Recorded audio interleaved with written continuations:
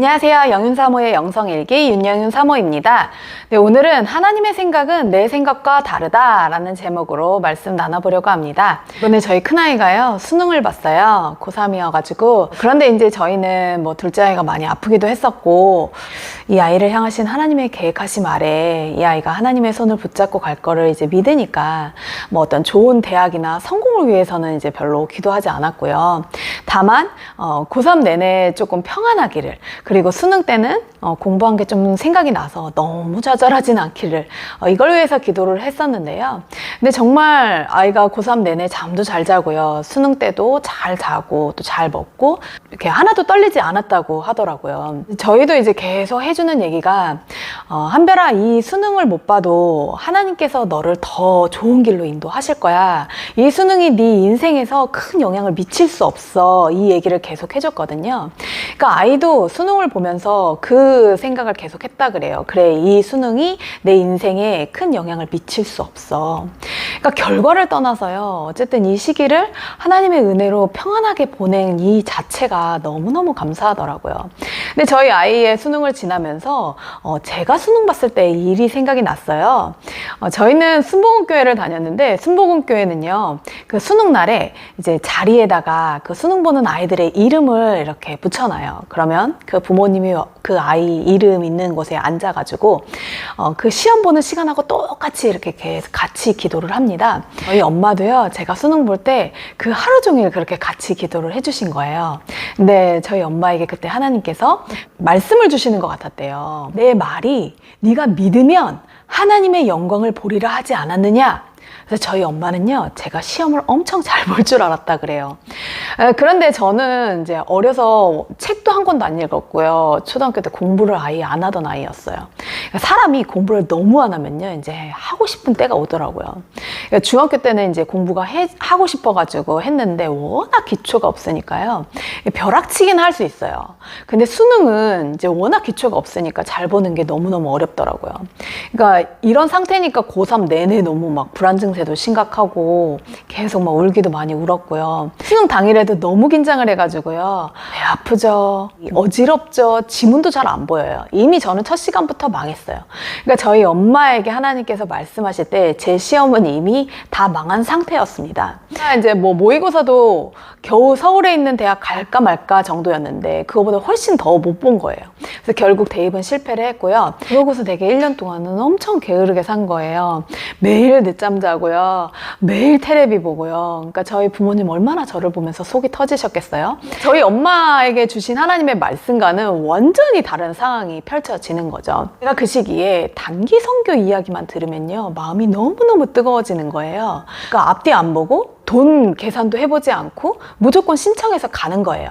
그때 단기 선교가 보통 200만 원에서 300만 원 정도 들었는데 저희 집 그런 거 해줄 수 있는 형편이 아니었거든요. 근데 그때 하나님께서 친히 그 재정을 채워주시는 걸 경험을 하면서요, 영혼들을 향하신 하나님의 마음을 계속 이렇게 부어주시는 거예요. 그러면서 저는 결국 나는 예수님 외에는 길이 없다 해서 신학교를 가게 됐고요. 그 신학교에 가서 저희 남편을 만나서 결혼을 하게 됐어요. 근데 그러면서 여전히 가난하고 수많은 실패와 좌절 같은 상황을 계속 겪었는데요, 돌아보면 그 모든 상황을 통해서 하나님을 만날 수 있도록 인도해 오셨더라고요. 지금은 수능 때 저희 엄마에게 주셨던 그 말씀을 이루셨다라고 믿어요. 왜냐면 지금은 그 하나님 한 분만으로 만족하면서요, 제 삶이 참 좋아요. 그러니까 뭘 가져서 뭘 이뤄서 얻을 수 있는 행복이 아니라 그 하나님 자체로 인한 행복이 제 안에 가득한 거죠. 그러니까 제가 돌아보면 가난하고 실패 같고 좌절 같은 그 모든 순간순간마다 저는 하나님 손에 있었더라고요. 그러니까 우리가 잘 아는 요셉의 이야기를 봐도요, 요셉은 우리가 결과를 알아서 그렇죠, 17살 때부터 누가 봐도 실패한 인생을 삽니다. 형들에게 팔려서 노예로 살죠. 그 노예로 살면서도 하나님 앞에 신실함을 지켰는데 너무너무 억울하게 감옥을 가게 돼요. 근데 그 감옥에서도요, 얼마나 그 요셉이 진실하고 정직하게 사는지 몰라요. 그런데도 불구하고요, 이 억울함을 풀 길이 없고 이 환경을 바꿀 수가 없습니다. 그 안에서 요셉은 철저한 실패감, 철저한 좌절감을 겪게 되죠. 그런데 그 과정에서요, 하나님 늘 함께 하셔서 하나님으로 인한 형통함을 이루세요. 그 과정을 통해서 요셉의 자아가 철저히 죽어지고요. 하나님께서 그 흉년 가운데 사람들을 살릴 수 있는 통로로요. 그렇게 만들어 가시는 거죠. 창세기 50장 20절에서 21절 말씀에 보면 요셉이 형들에게 이렇게 이야기를 해요. 당신들은 나를 해하려 하였으나 하나님은 그것을 선으로 바꾸사 오늘과 같이 만민의 생명을 구원하게 하시려 하셨나니 당신들은 두려워 마소서 내가 당신들과 당신들의 자녀를 기르리이다 하고 그들을 간곡한 말로 위로하였더라 라고 말씀하십니다. 모든 과정 가운데요 요셉은 하나님의 손 안에 있었어요. 그러니까 힘들고 어려운 과정을 통해서 하나님께서 하나님 되심을 미리 알고요 모든 것이 그 하나님의 은혜임을 알아요. 그러니까 형들에게 원수 갚을 생각이 이제 하지 않는 거죠. 들지도 않는 거죠. 그러니까 지금까지 지내온 그 모든 것이 나의 생명이 나의 삶이 나의 시간이 모든 것이 하나님의 은혜이고 그 자신의 삶을 하나님의 은혜로 뒤덮고 계신 걸 알기 때문이에요. 그러니까 형들뿐만이 아니라 그 하나님의 은혜가 충만해서 형들의 자녀까지 기르는 겁니다. 그러니까 우리의 입장에서 보는 성공 같은 일이 하나님 보시기에 꼭 성공이 아닐 수도 있고요. 우리가 겪는 실패 같은 일이 꼭 하나님 보시기에 실패 같은 일이 아닐 수도 있다라는 거예요.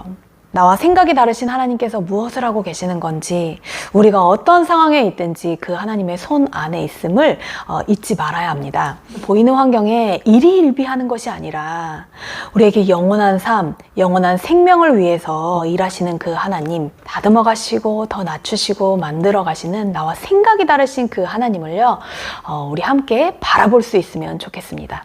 네, 들어주셔서 감사하고요. 다음에 다시 봬요. 안녕.